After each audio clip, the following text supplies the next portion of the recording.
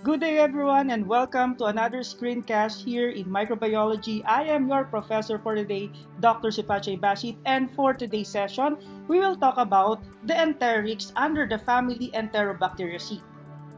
So, the family Enterobacteriaceae is considered to be as the largest heterogeneous collection, and it actually includes 27 genera. So, can you just imagine that this group of bacteria has actually 27 genera? So, by the way, genera is the plural of the genus. And now, under each these 27 genera are actually categorized into 7 enteric groups. So, morphologically speaking, we call them the gram-negative bacilli or the Coccobacilli. So what's the difference between the bacilli and the Coccobacilli? So when you say Coccobacilli, it is actually a transition between cocci and bacilli. So bacilli are actually rod-shaped, but when it comes to Coccobacilli are plump. So they are not really spherical, but they are rather plump. Okay, now the family Enterobacteriaceae are actually non-spore forming. So the common denominator among these families is that they have the ability to ferment glucose. Now during the process of fermentation, they can produce acid. So majority of them are actually aerobic, some are facultative anaerobe, and they have the ability to reduce nitrates to nitrites. And that is made possible because of the enzyme nitrate reductase. Now moving on, majority of the organisms are motile and they are being provided with Peritrichus flagella. So as you can see here in the illustration, so when you say, again, let us review, when you say Peritrichus flagella, it means that the organisms are being surrounded by flagella. Okay, now majority of them are actually have flagella if they are motile, except for one particular genus, and that is your Tatumella. Now, there are 3 genera that are actually non-motile. So these include the Klebsiella, Shigella, and Yersinia. Don't forget, let's remember the acronym SKY, okay? So when you say SKY, so this includes Shigella, Klebsiella, and Yersinia.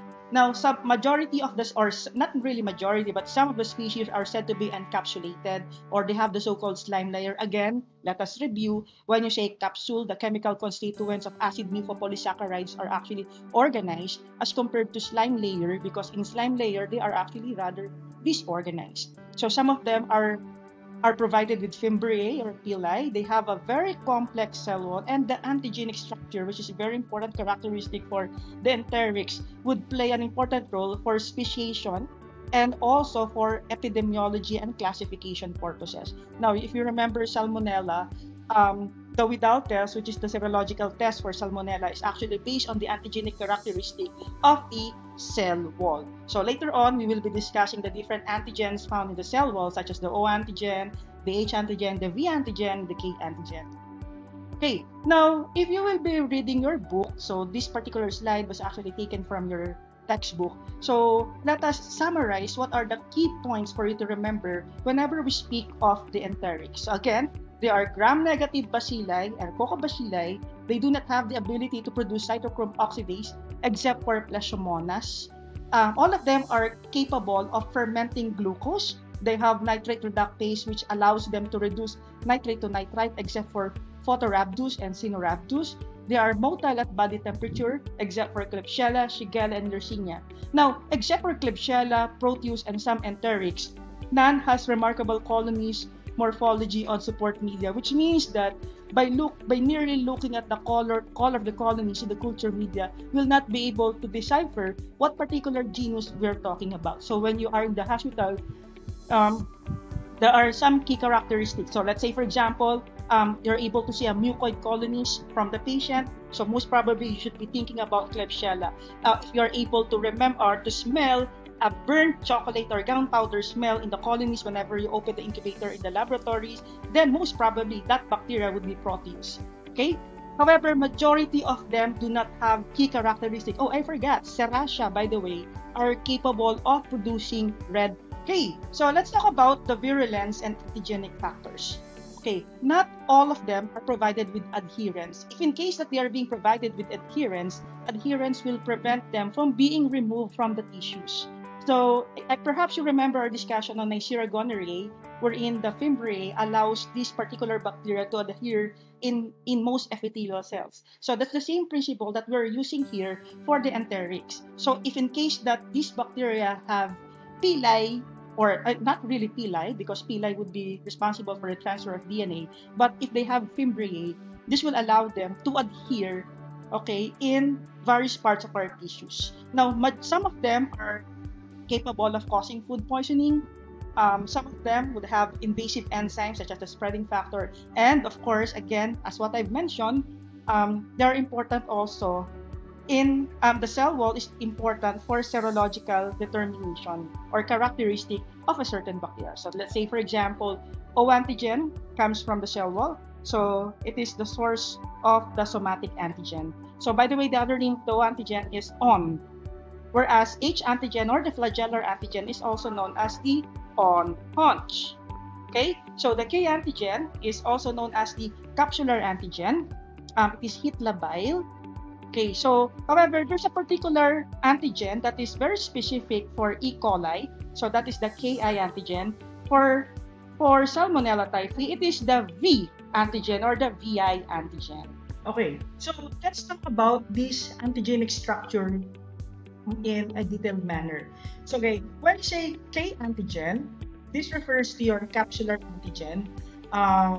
It is particularly heavy in Klebsiella, and as a result, you would notice that Klebsiella would have a mucoid colonies. Now, H antigen would be the source of H antigen is the flagellar antigen. So flagellar antigens, the flagellar proteins of motile genera and species, it is used for typing. It is of course absent in non-motile genera such as Shigella and the Klebsiella because they do not have flagella. Since they are non-motile, you wouldn't expect them to have H antigen. So O antigen is the somatic antigen.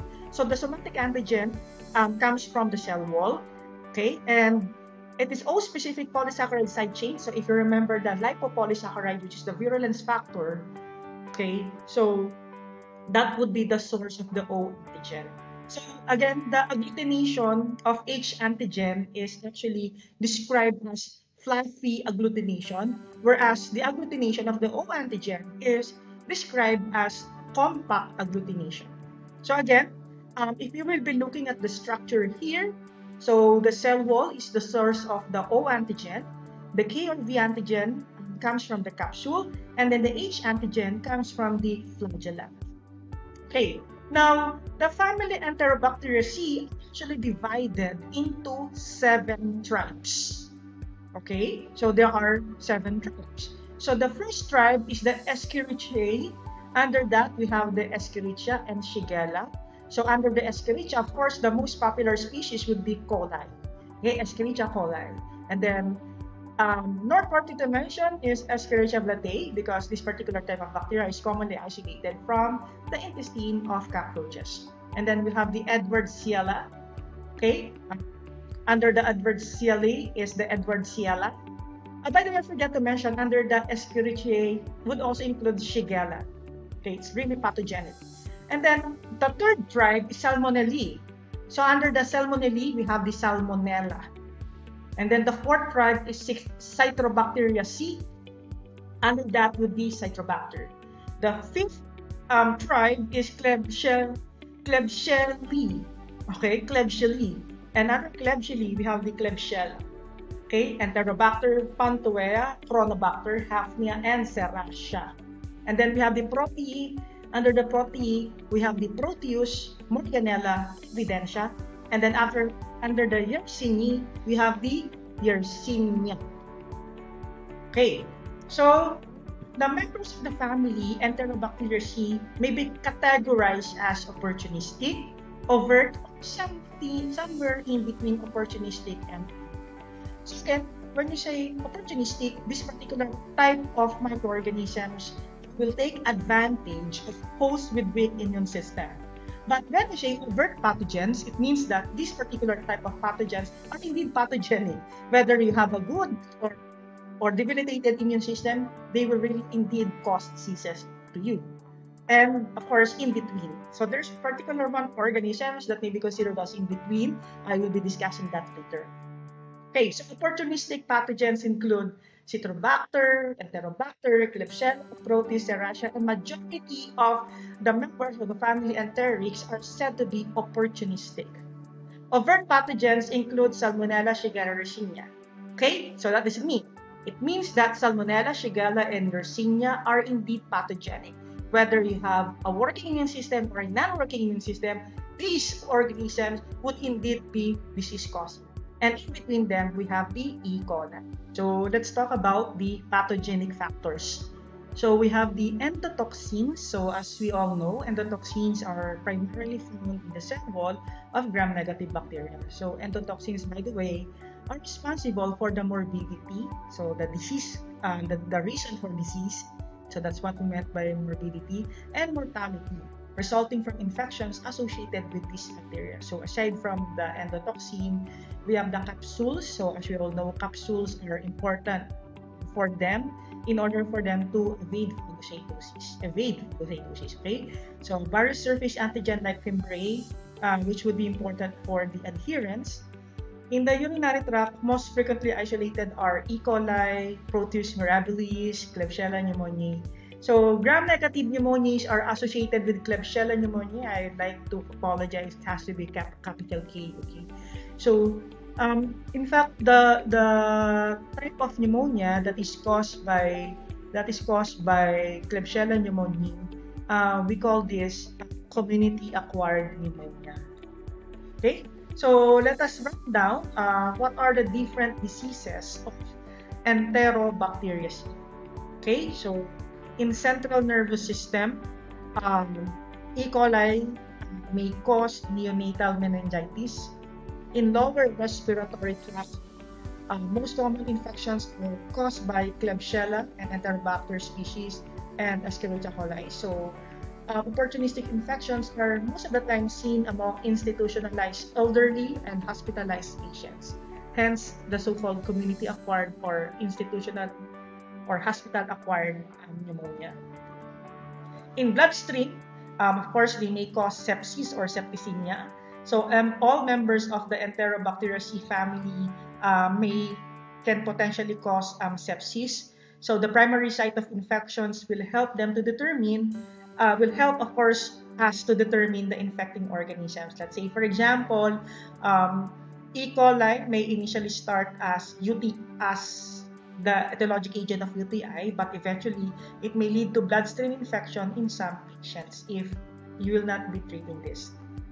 Okay, so they may also cause gastrointestinal tract infections. So Salmonella, Shigella, Yersinia, and Escherichia coli, or the specific strains of Escherichia coli, may cause gastrointestinal tract infections. Urinary tract infections, so all members of the Enterobacteriaceae may cause UTI. So E. coli causes more than 80% of the simple urinary tract infections.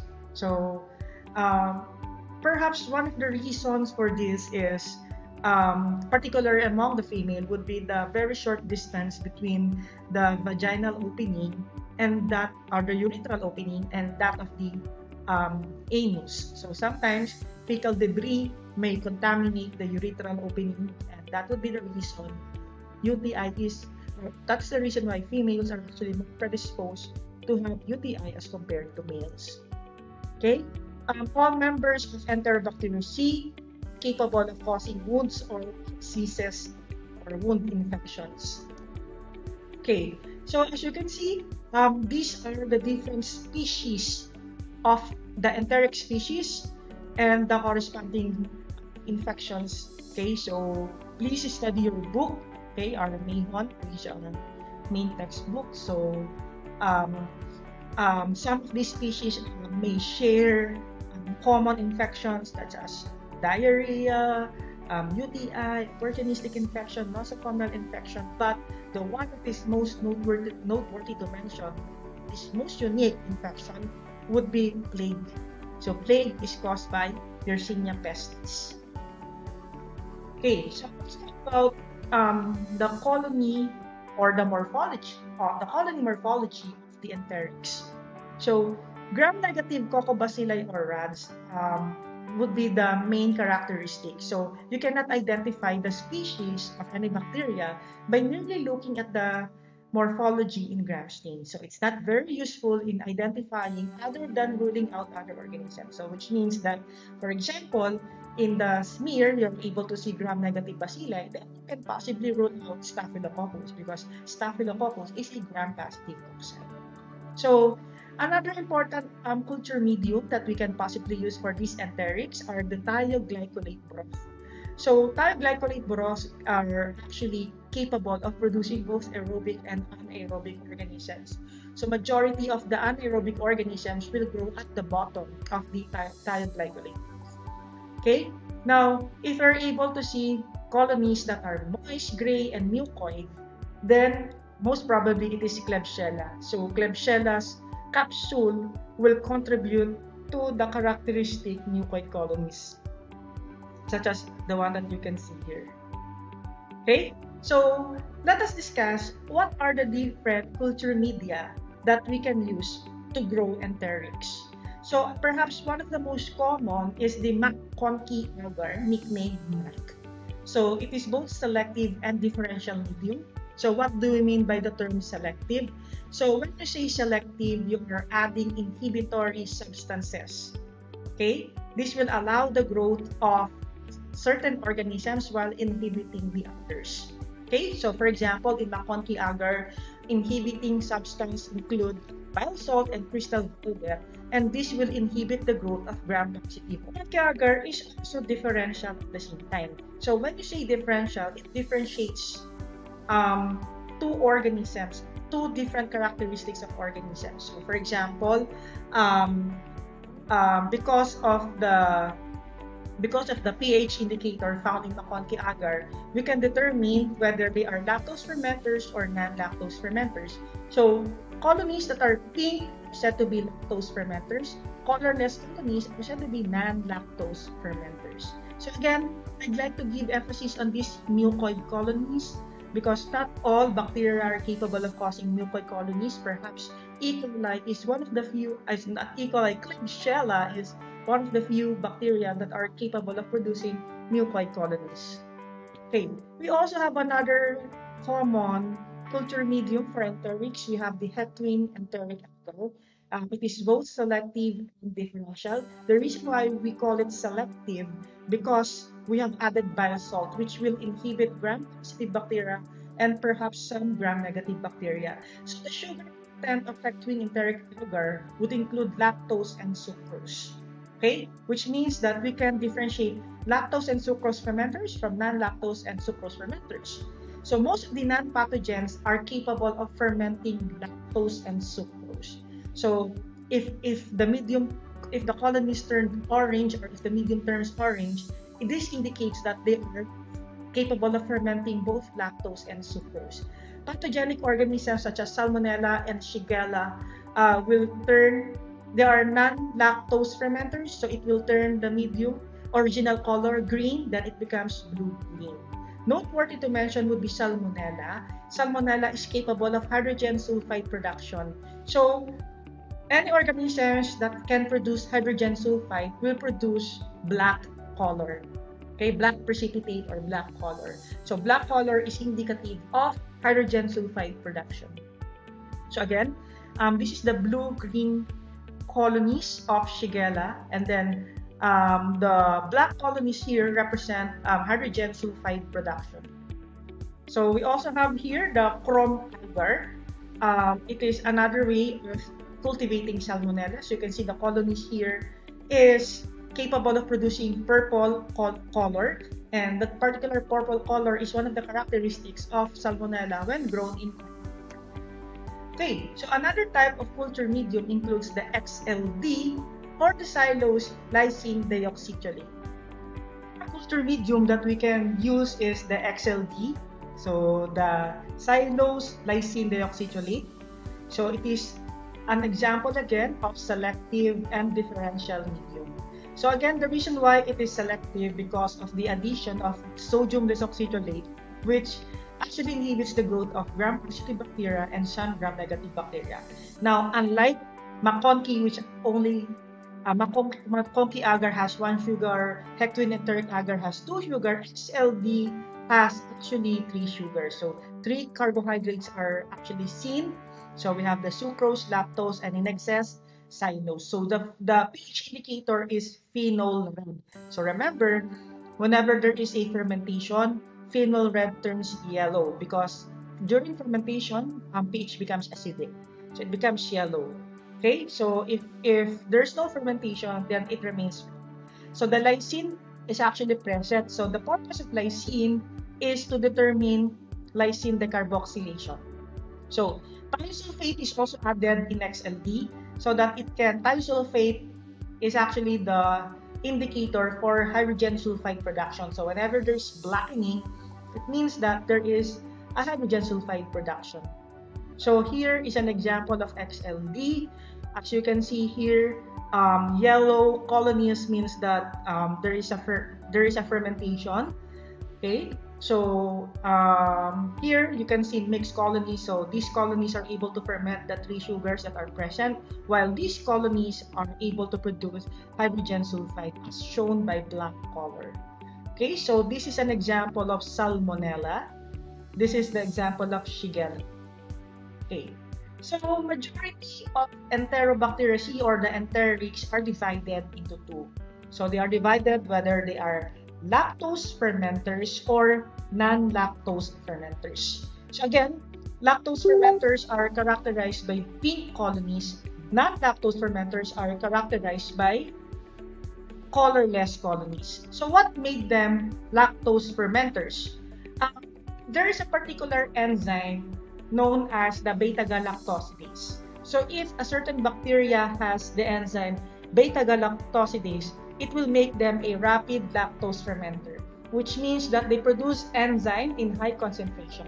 Now, there is a particular culture medium known as the TSI, triple sugar iron. So, for lactose fermenters, they will produce A over A, meaning acid over acid. Okay? So, what's the color of acid? Since in TSI or in triple sugar iron, the pH indicator is phenol red. So whenever the culture medium turns yellow, it means that there has been fermentation and it becomes yellow in color after 24 hours. So however, those that are slow or late lactose fermenters, they also have enzyme but in low concentration. So it will take them about 48 hours to complete A over A because as you can see, in the first 24 hours, it is still K over A. Alkaline over acid, meaning it is red over yellow. However, after 48 hours, the fermentation is completed. So again, this is an example of the triple sugar iron. So this is the original color of the triple sugar iron. So what makes them triple sugar iron? Again, triple sugar means it has 3 sugar, glucose, lactose, and sucrose. Or because triple sugar iron has ferrous ammonium sulfate. Ferrous ammonium sulfate is an example of hydrogen sulfide indicator. In TSI, the pH indicator is phenol red, which means that whenever there is fermentation, TSI will turn from red to yellow. So this is an example of A over A. How do we read this? We read the slant, and then this is the bat. Okay? So this is A over A. A over A, yellow over yellow. So what does it mean? It means that 3 sugars are fermented. Now, interestingly, if you're able to see space here, so if there are cracks or spaces, it means that there is a gas production. So the complete way of interpreting this tube is A over A with gas. Now, the second tube here is red over yellow. So if it is red over yellow, it is K over A. So what does it mean? If it's K over A, it means that only glucose is fermented. So this is K over A with blackening. Okay, K over A with blackening. So it means that there is a hydrogen sulfide production. Now this is red over red. So K over K, what does it mean? It means that no sugar was fermented. Okay? So there is a separate module for biochemical reaction. So there's a separate screencast for that. So um, please watch the screencast for the biochemical reaction. Okay, so biochemical reaction is very important because it is the phenotypic way of differentiating um, different tribes of Enterobacteriaceae. So as you can see, not all of them are able to produce hydrogen sulfide. Proteus um, can rapidly hydrolyze urea. Some are not able to produce to give positive result in methyl red, in phosphorus cower. So perhaps among the biochemical tests that I have listed herein, the most important one is the IMVIC test. Okay? So when you say IMVIC, I stands for indole, M stands for methyl red, V stands for Vodsperskauer, and C stands for citrate utilization test. So again, we have a separate discussion of biochemical tests in a separate screencast. So please watch for it.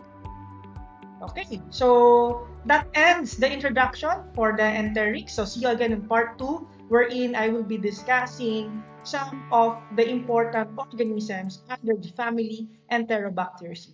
See you around.